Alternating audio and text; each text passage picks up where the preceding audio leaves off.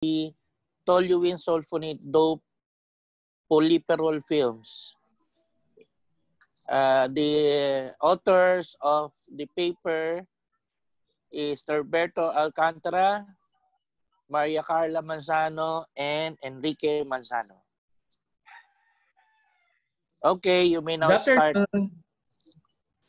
Good afternoon. I'm sharing to you our papers entitled Morphological and Elemental Studies of Zinc Oxide and Sodium Paratoluenesulfonate-doped Polypyrrole films.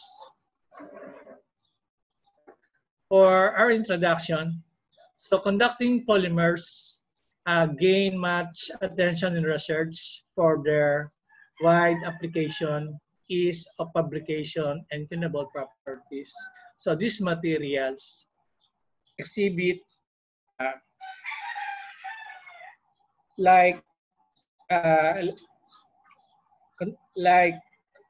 synthetic metals for their ability and retain mechanical properties like flexibility and elasticity. So this it is like inorganic semiconductors. Their conductivities are controlled during the synthesis by introducing appropriate dopants, which can make the material N-type or P-type. So conductivities of the materials can be changed real time by chemical reactions, redox reaction, say exposing the material to various gases. So the unique properties of these materials, their high stability, high doping level, past electrochemical switching, has found many applications in electrostatic, like conductive, adhesive, electromagnetic shielding against electromagnetic interference, artificial nerves, aircraft structures, diodes, transistors. Some other potential applications are sensors, nanodiodes, field effect transistors, field emission, electrochromic displays, and supercapacitors. Energy storage, actuators, drug delivery, protein purification, and neural interface. For some applications such as chemical sensors, supercapacitors, and electrochemical energy storage, the surface material play a major role in its performance. So by varying the structure of the polymer, grain size, thickness, pore characteristic, and the effect of the penetration of the electrolyte into the pores, and the ion mobility within the conducting polymer turn electrochemical performance more better. So in this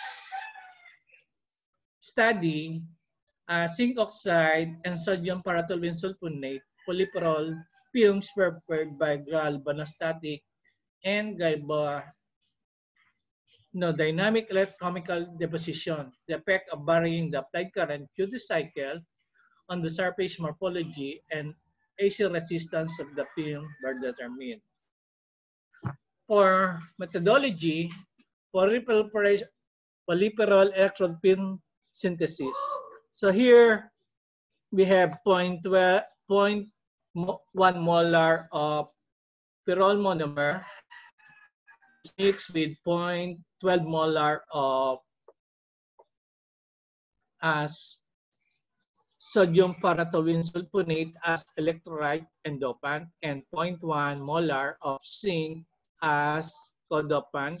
So they were mixed in 200 ml of pure distilled water and the materials is exposed to nitrogen. So we use Kittley 2450 as the source meter. So we maintain the current density at 4 milliamperes per centimeter squared. And we only use 2 electrode system wherein the counter and working electrode are made of stainless steel, and we vary the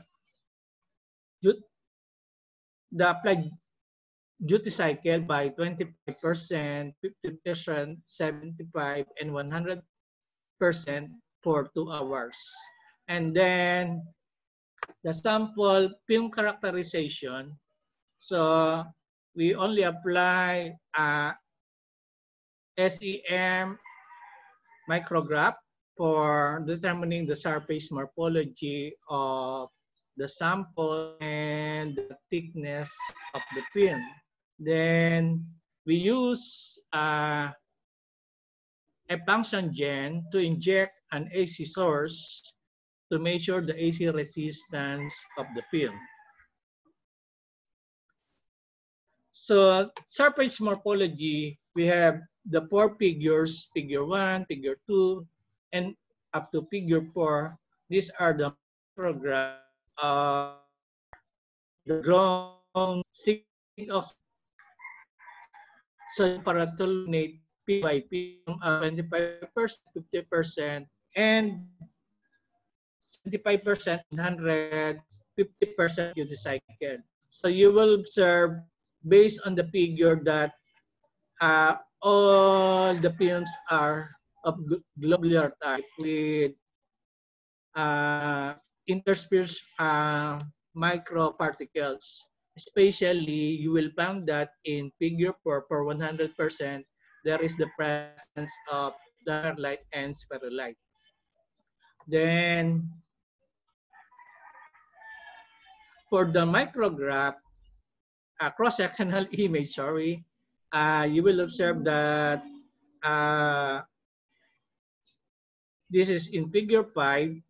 So at 25% duty cycle, this is denser compared to the other duty cycles. But the thickness of the film increases as the duty cycle is increased.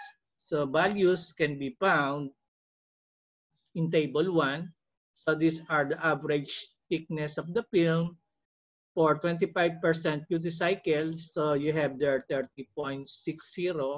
Then 50% duty cycle, we have 71.97, 75%, we have 72.87, and at 100% duty cycle, we attain a value of 1,688 micrometers. So these are surface area. These are the actual value of the surface area by measuring the length and width of the film. Then measuring the mass, you have this. So using energy dispersive spectroscopy analysis, so we have figure 6 to 9 representing the elemental composition of the ground film at different duty cycles. Then you will observe from figure 6 to 9, there is now the incorporation of zinc.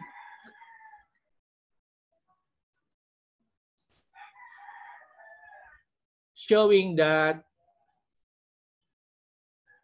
there, no, excuse me. So there is an incorporation of zinc at higher duty cycle, so more zinc is observed. So from 25% is about only 0.43. Then for 50%, it is about